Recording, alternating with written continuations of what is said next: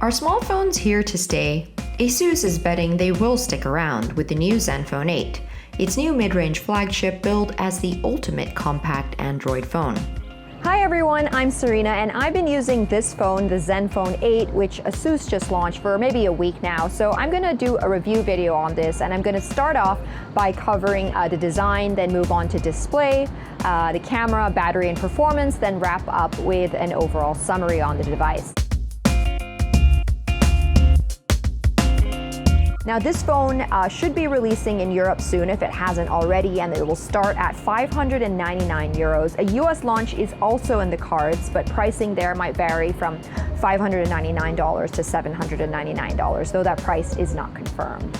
Now for some housekeeping for those tuning into my videos for the first time. For the sake of transparency, know that ASUS sent me the Zenfone 8 ahead of its official launch, but don't worry, that won't affect my analysis or opinions on the phone. Compared to ASUS's bold effort last year with Zenfone 7, the company went down a much safer path with the Zenfone 8, so don't expect to turn heads with this one. This year, the camera bump does not flip. The bump houses two cameras, a flashlight, and a microphone. Flip it around and you'll see a crisp 5.9-inch AMOLED panel rounded off with a punch hole camera on the upper right. On the right side, there's a volume rocker and a power button that can be customized to access system features and apps. On the bottom, there's a dual SIM card slot, a notification light, and on the top, there is a headphone jack. With dimensions of 148 by 68.5 by 8.9 millimeters, the Zenfone 8 is certainly small for today's phone standards, and it's probably one of the most compact 5G phones around. It's also lightweight, weighing 169 grams, but it's still slightly heftier than the iPhone 12 mini. Either way, as someone who otherwise prefers to use a large phone, it was great to be able to tuck the phone into my back pocket without it sticking out too much. The Zenfone 8 is slim and lightweight too, weighing just 169 grams, so one-handed use was comfortable, at least for me. ASUS said the Zenfone 8 is the most durable phone it's built yet, partly thanks to the Gorilla Glass Victus shielding and IP68 rating for water and dust resistance. Let's talk about the display now. The Zenfone 8 features a flat 5.92-inch OLED panel from Samsung that was visible in various lighting scenarios thanks in part to high peak brightness of 1100 nits. In addition, the Zenfone 8 has full Quad HD Plus resolution, that's 2400 by 1080 pixels, and 120 Hz display, which can be dialed back to 90 Hz or 60 Hz to preserve battery life. Most phones have refresh rates of 60 Hz, which means the screen refreshes 60 times in a second. 120 Hz displays can look a lot smoother by comparison. That's also the same speed seen across Samsung's latest Galaxy S21 lineup, including the $1,200 Galaxy S21 Ultra, as well as Xiaomi's Super Luxe Mi 11 Ultra phone. In practice, the display was super responsive, and there's also an in-screen finger reader which worked like a charm. Taking all this into consideration, I can say the Zenfone 8 has a fantastic display for its price range, and even though it's not the highest resolution one around, I still think it's one of the Zenfone 8's most attractive features. Now moving on to the cameras, the Zenfone 8's rear camera module consists of a 64 megapixel main sensor and a 12 megapixel ultra-wide sensor, one less than last year's pricier models, which featured a third telephoto lens.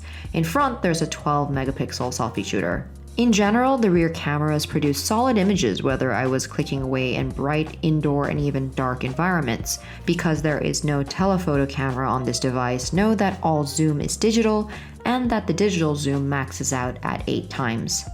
Now here's the zoom in action, starting with the ultra-wide shot all the way up to 8 times zoom. You can see how it gets blurry when zoomed in fully.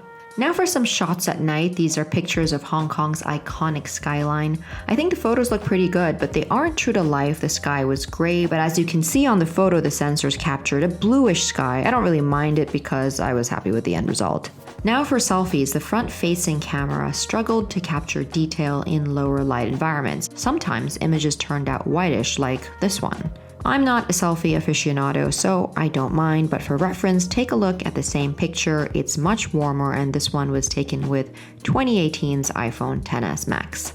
On the spectrum of smartphone cameras, this isn't the best camera I've ever used, not even close, nor is it the best phone camera for its price range. But I think that's forgivable because the camera isn't the main selling point of the Zenfone 8, nor is it marketed to be. And I think pictures turned out respectable in most lighting environments. Let's talk about battery and performance now. From my experience, the Zenfone 8 battery lasted me roughly 25 to 26 hours with what I would describe as medium use. That means I didn't use the phone for power-intensive games. Instead, I used it for things like reading the news or emails, making a few short phone and video calls, or scrolling through my social media feeds and taking photos, of course. I'd expect less than a day's worth of battery life when you're gaming or using the phone for more intensive tasks, but if you want the charge to last longer, you can take advantage of a suite of battery care tools tucked away in the settings menu. Zenfone 8 has 5 different system modes that lets you optimize battery life depending on your needs. For demanding tasks, you can crank the system all the way up to high performance mode.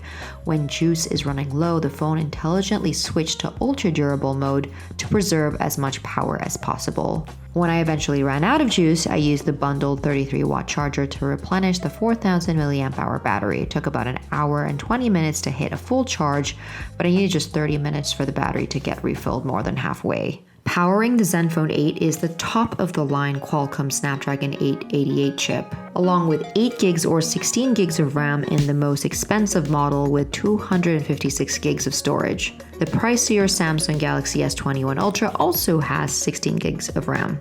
But this isn't just a bunch of numbers. When I put the phones through their paces, the Zenfone 8 was peppy and fast and handled everything I threw at it without a hitch. In the benchmark tests I performed, the Zenfone 8 performed somewhere between the iPhone 11 Pro and iPhone 12 lineup, signaling this phone is nothing short of a powerhouse.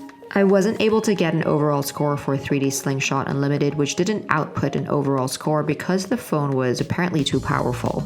But the Zenfone 8 doesn't have everything, of course. ASUS removed the microSD slot for expandable storage, and last year's Zenfone 7 lineup had expandable storage of up to 2 terabytes. There's no support for wireless charging either. Now, based on my experience with the Zenfone 8, I think ASUS achieved exactly what it set out to do, guided by its design anthem of building a phone that was big in performance but also compact in size. I mean, it crafted a durable phone with a stellar display, respectable battery life, dependable cameras, and very powerful internals. And all that is crammed into a small and lightweight device. So that's pretty much all I have to say on the Zenfone 8, but if you enjoyed this video, feel free to like and subscribe for more, but thank you for watching. And also, if you want to read this coverage, pop onto the CNET website. There's also a link in the description box below. Thanks for watching.